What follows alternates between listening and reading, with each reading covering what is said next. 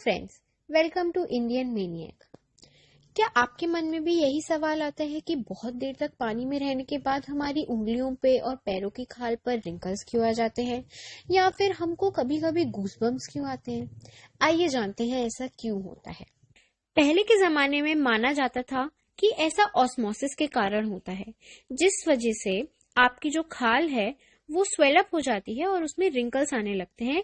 उसी तरह जिस तरीके से किशमिश को पूरी रात पानी में रखने के बाद किशमिश स्वेल अप हो जाती है और उसके सरफेस पे भी रिंकल्स आने लगते हैं।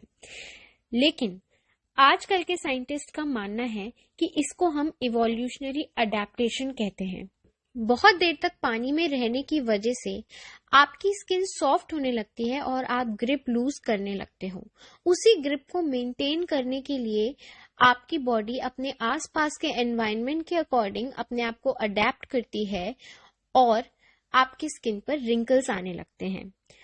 आइए इसको हम समझते हैं एक और एग्जाम्पल की हेल्प से, जिसको हम कहते हैं टायर ट्रेड एनालॉजी। क्या आपने कभी नोटिस किया है कि आपके गाड़ी के टायर पर लाइंस बनी होती हैं जिनको हम कहते हैं ट्रेड्स।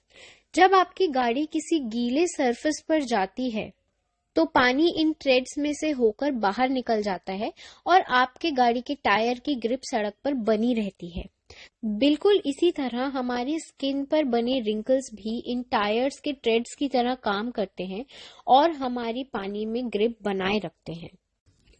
आइए अब जानते हैं कि जब भी हमें डर लगता है, ठंड लगती है या फिर कोई भी एक्सट्रीम इमोशन फील होता है तो हमारी बॉडी पर गूज़बम्प्स क्यों आ जाते हैं।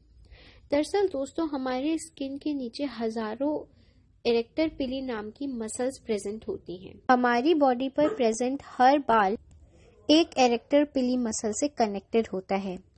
जब भी हमारी बॉडी में एड्रेनालिन रश होता है तो इस मसल के आसपास प्रेजेंट नर्व्स इसे इलेक्ट्रिक सिग्नल भेजकर ये बताती हैं कि कब इसे कॉन्ट्रैक्ट होना है और कब एक्सपैंड होना है।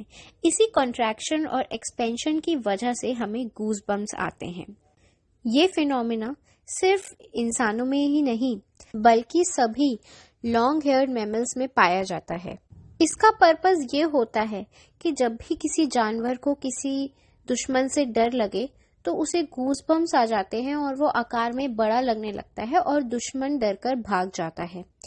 इसका एक पर्पस जानवरों को ठंड में वार्मथ देने का भी होता है। A very interesting point two note is कि ह्यूमंस में इसका कोई पर्पस नहीं होता। This is just an evolutionary trait जो कि हमारे एंसेस्टर्स के लिए तो बहुत फायदेमंद था, बट हमें इसका कोई फायदा नहीं होता।